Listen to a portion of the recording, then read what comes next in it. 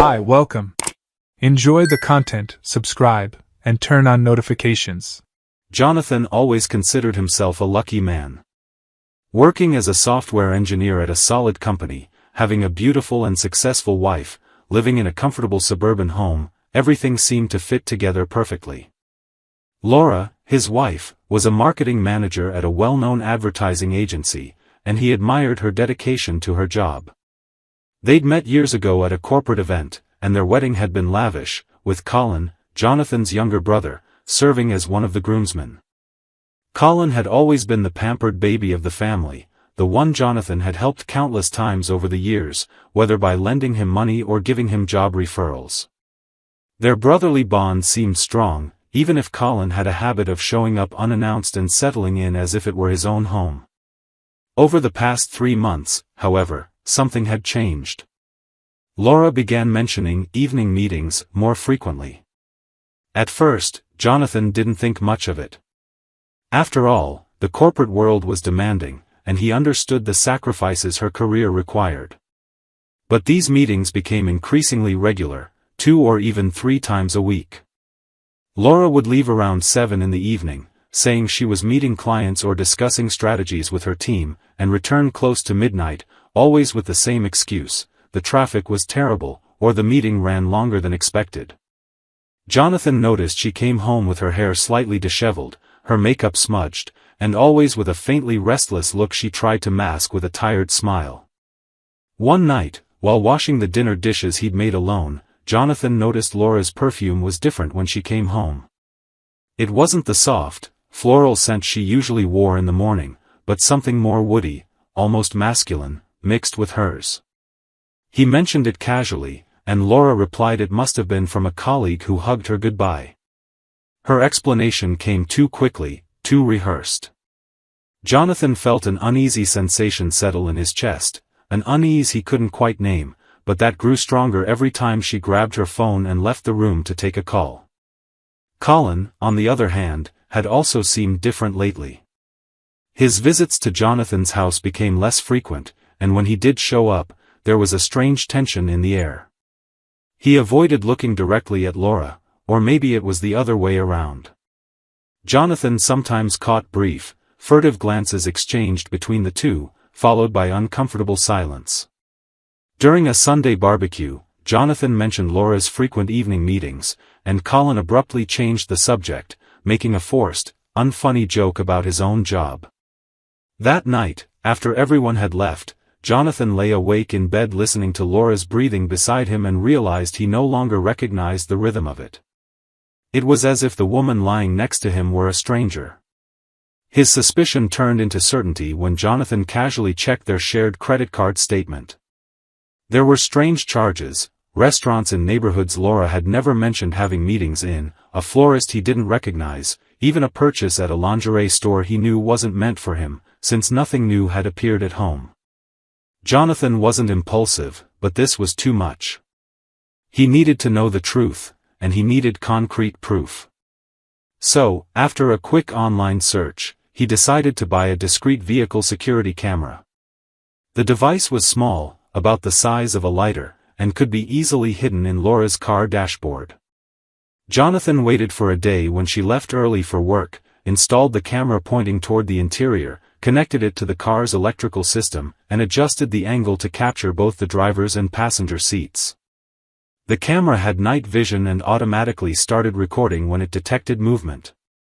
2 days later, Laura announced she'd have another important meeting that night. Jonathan simply nodded, wished her good luck, and waited. She left at 7:15, and he stayed alone in the living room, trying to watch TV but unable to concentrate. Every 5 minutes, he checked the clock. At 11:30, he heard her car pull into the garage. Laura came in through the kitchen door, tossed her purse on the counter, and said she was exhausted. Jonathan replied with a curt "I imagine," and she went straight upstairs to the bedroom.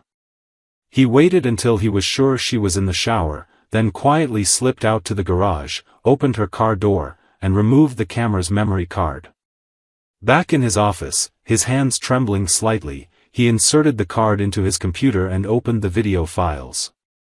The first recording showed Laura getting into the car alone, fixing her hair in the rearview mirror, and applying a bold red lipstick Jonathan had never seen her wear.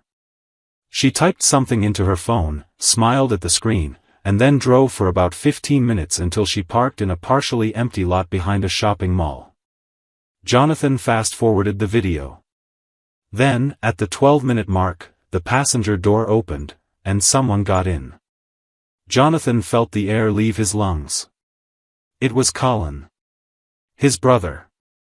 Colin entered the car with a disturbing familiarity, reclining the seat as if he already knew his preferred angle, fiddling with the radio without asking, tossing a backpack onto the back seat like it was his space. Laura smiled, that smile Jonathan hadn't seen in months, and said something the camera captured perfectly, "I missed you, love." Jonathan paused the video. Love. She'd called him love. He took a deep breath, forced himself to keep watching. Colin leaned in and kissed Laura. It wasn't a quick or casual kiss. It was slow, intimate enough for Jonathan to understand this wasn't new. It had been going on for a while. It was comfortable for them. They chatted for a few minutes, and Jonathan turned up the volume. Colin mentioned they needed to be more careful because Jonathan had been asking more questions lately. Laura replied that she was handling the situation, that Jonathan didn't suspect anything serious, and that he was too predictable to figure it out. The word predictable echoed in Jonathan's mind like a gunshot. They stayed in the car for another 20 minutes, talking, laughing, sharing intimate details of their lives. Colin mentioned he'd almost slipped during Sunday's barbecue when Laura walked past him and he nearly touched her. Laura laughed and said he needed more self-control. Jonathan fast-forwarded. Together, they got out of the car, entered Colin's vehicle parked nearby, and the recording continued showing Laura's empty car for nearly 2 hours. When she returned, alone, she straightened her clothes, checked her appearance in the mirror, and drove back home. Jonathan checked the time stamp. She arrived home at 11:30. Everything was timed, rehearsed, planned so no one would suspect a thing. Jonathan watched enough recordings to confirm this was a recurring pattern, meetings that had become routine. Always Colin getting into her car as if it were his own, always that sickening intimacy that only grew with each new video. In one recording, Colin mentioned they needed to think about the future, that this couldn't go on forever. Laura replied she was waiting for the right moment to resolve things with Jonathan. Resolve. As if Jonathan were a problem to be solved, discarded, erased from the equation so the two of them could move on with their lives. Jonathan closed the laptop and sat alone in the dark office for nearly an hour. He didn't cry. He didn't yell. He felt something worse than anger, a cold, cutting clarity. He'd been betrayed not only by the woman he'd married, but by the brother he'd raised, helped, and protected. Colin, the one who ate at his table, borrowed his tools, knew every corner of his life. Laura, the one who slept beside him every night, said she loved him, planned vacations with him while plotting his disposal. Jonathan realized they felt no remorse. They felt inconvenience. The betrayal wasn't the problem for them, Jonathan finding out was. The next morning, Jonathan acted with unsettling normalcy. He made coffee, wished Laura a good morning, and asked about her day. She replied with the same polite indifference as always.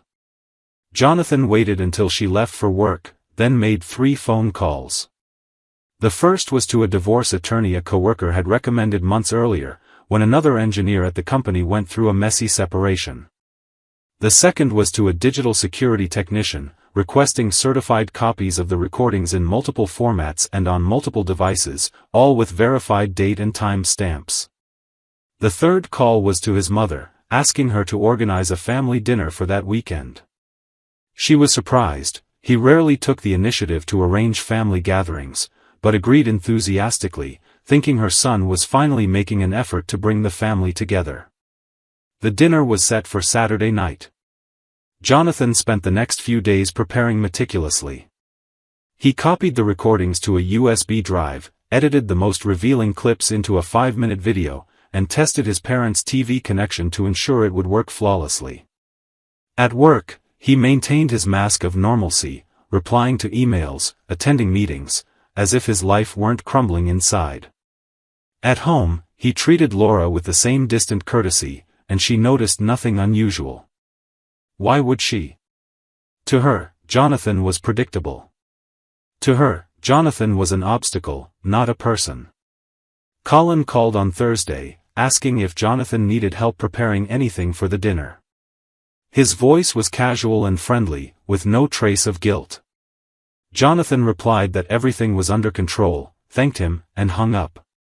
That night, he watched the recordings again, not out of masochism, but to be absolutely certain he was doing the right thing. Every frame confirmed his decision.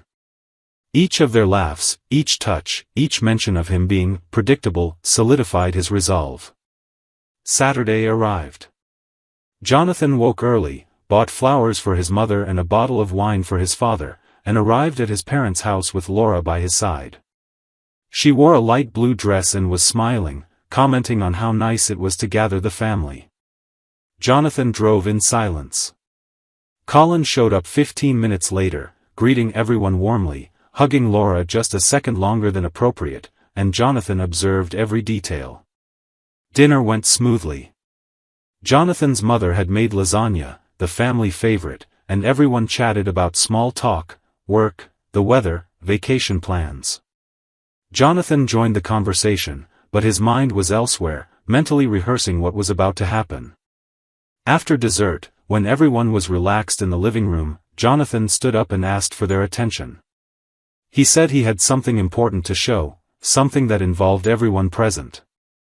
His mother smiled, thinking it might be an announcement about a pregnancy or a job promotion. His father adjusted his glasses, curious. Laura looked at him with slight discomfort but still no real concern. Colin sat on the couch, sipping beer, completely at ease. Jonathan plugged the USB drive into the TV and pressed play. The room fell into absolute silence as the video played. The footage was crystal clear, Laura and Colin in the car, their kisses, their intimate conversations, Colin adjusting his seat, their references to Jonathan as a problem to be resolved. Jonathan added no dramatic music or effects. He didn't need to. Raw reality was devastating enough. He watched their reactions. His mother covered her mouth, her eyes instantly filling with tears. His father turned pale, his jaw clenched. Laura jumped to her feet, trying to turn off the TV, but Jonathan blocked the remote. Colin froze, beer still in hand, all color draining from his face. When the video ended, Jonathan finally spoke, his voice calm, almost serene, which made it all the more powerful. 3 months. For at least 3 months, you two have been doing this. 3 months of lies, of looking me in the eyes and pretending everything was fine. 3 months of you laughing behind my back, calling me predictable, discussing when would be the right time to discard me. Laura tried to speak, but Jonathan raised his hand, silencing her. No.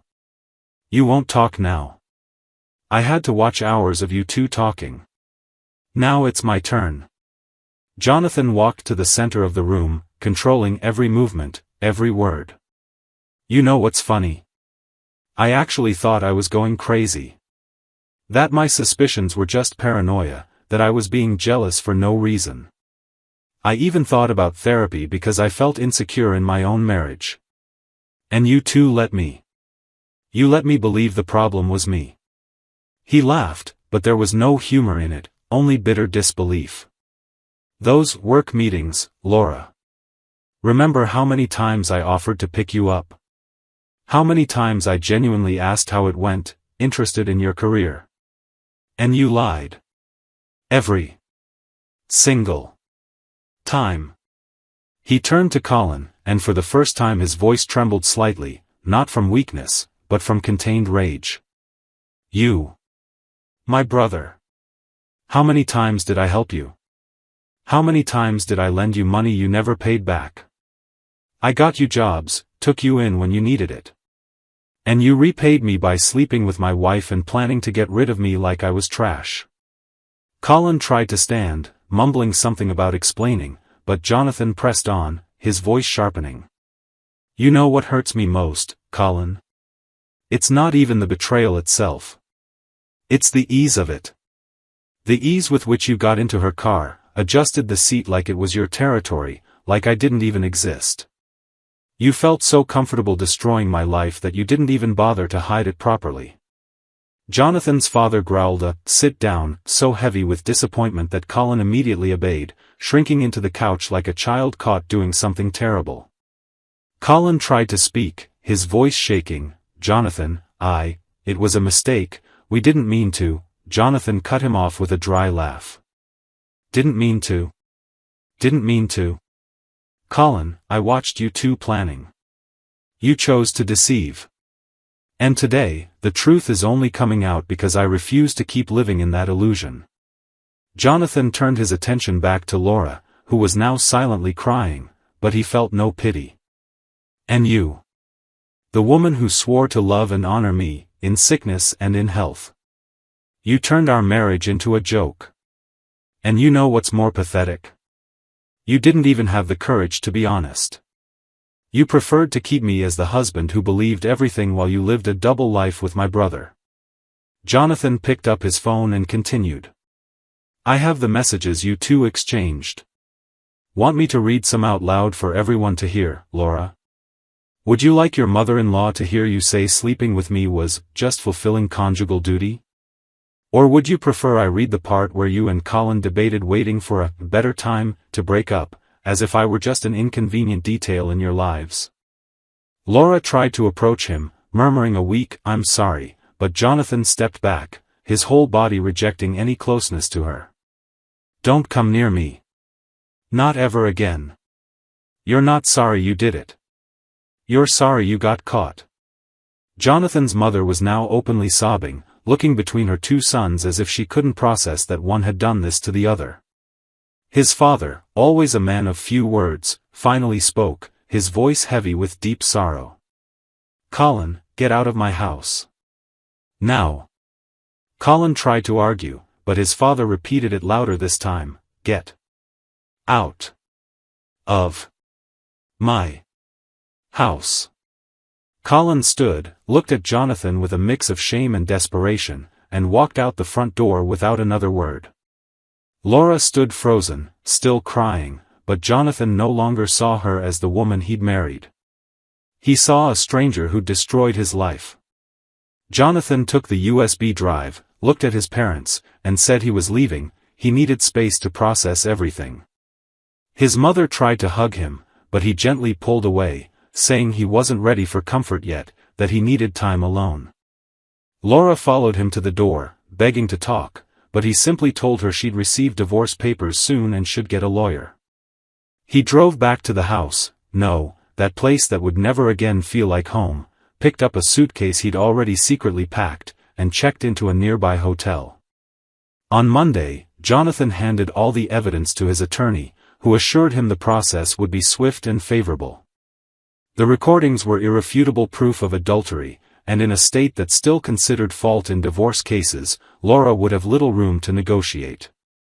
His attorney, an experienced man named Richard, reviewed every video and message and shook his head with a mix of professionalism and genuine indignation. In 20 years of practice, I've seen a lot, but betrayal with the spouse's own brother? And with this level of premeditation? This makes our job a lot easier, Jonathan. She has no defense. Jonathan blocked Laura's number, blocked Colin's, and instructed his lawyer to handle all communication. Laura tried sending emails, but they were automatically redirected to Richard. She showed up at Jonathan's workplace, but corporate security stopped her from entering the building after Jonathan formally requested it. Over the following days, news spread through the family and social circle like wildfire. Jonathan's older sister, Catherine, who'd always been close to Laura, called him heartbroken, apologizing for not noticing anything. Jonathan reassured her, no one could have predicted this. Laura and Colin were masters of deception. Colin was effectively banished from all family events. Jonathan's mother, shattered by her younger son's betrayal, spent weeks in visible grief. She called Jonathan almost daily, crying, wondering where she'd gone wrong raising Colin, if there were signs she'd missed. Despite his own pain, Jonathan tried to comfort her, saying Colin made adult choices and she wasn't to blame. His father cut off whatever occasional financial help he'd still given Colin, and in a tense phone call, told his younger son he'd died to the family that night at dinner. Colin tried to justify himself, claiming he'd fallen in love and couldn't help it, but his father hung up on him. Laura faced her own consequences. Co-workers who found out began treating her coldly. Mutual friends sided with Jonathan once they heard the full story. She tried sending messages through acquaintances, asking for a chance to explain or apologize properly, but Jonathan remained unmoved. No explanation could justify 3 months of calculated betrayal. No apology could erase the things she'd said about him in those recordings. The divorce was finalized quickly. Jonathan kept the house, since he'd bought it before the marriage and it was in his name. Laura didn't contest anything, probably out of shame or because she knew she couldn't defend herself. The division of assets was relatively straightforward, and within weeks, Jonathan was legally free. Colin tried to approach him once, showing up at his workplace, but security escorted him out when Jonathan made it clear he wanted no contact. The family was never the same. Holiday gatherings became tense. Jonathan's mother eventually agreed to speak to Colin again, but their relationship was irreparably damaged. Jonathan chose to distance himself as well, needing space from the pain that family now represented. 9 months passed. Jonathan was at a coffee shop near work when he saw Laura for the first time since the divorce. She sat alone at a table in the back, absent-mindedly scrolling through her phone. She looked smaller somehow, as if guilt had shrunk her. She saw him, and for a moment their eyes met. Jonathan saw something in her gaze, regret, maybe, or just a late understanding of what she'd lost. He picked up his coffee, gave a brief, neutral nod, and walked out without a word. There was no anger anymore. No sharp pain. Just indifference, and that was the greatest victory of all. Jonathan eventually started dating again, cautiously, but wiser from the bitter lessons he'd learned about recognizing warning signs. He moved into a modern downtown apartment, adopted a dog, and began hiking on weekends. The camera he'd installed in that car had saved him from years of additional lies.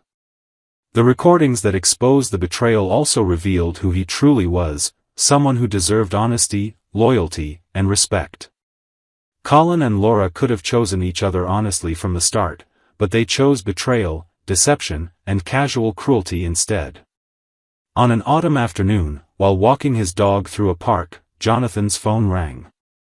It was his mother, asking if he'd come to Thanksgiving. Jonathan paused. The family was broken, but not destroyed. He agreed to go, but made it clear that if Colin showed up, he'd leave. His mother assured him that wouldn't happen. She'd finally learned that loyalty has consequences, and some acts are unforgivable not because the wronged person is resentful, but because the breach of trust was so complete that there's no fixing it. Jonathan hung up, looked toward the horizon where the sun was beginning to set, and smiled faintly. It wasn't the life he'd planned. It wasn't the fairy tale ending he'd imagined when he married Laura on that sunny day years ago. But it was his life, honest and free of lies. And that, he realized, was worth more than any illusion of happiness built on deception. The camera revealed the truth, and the truth, no matter how painful, had set him free. Jonathan kept walking, his dog running ahead, and for the first time in months, he felt something close to peace. Not because he'd gotten revenge, but because he'd refused to be complicit in his own humiliation. He chose dignity, and that choice made all the difference. Thank you for watching the video. If you enjoyed it, don't forget to subscribe to the channel and turn on notifications so you won't miss any updates. See you next time.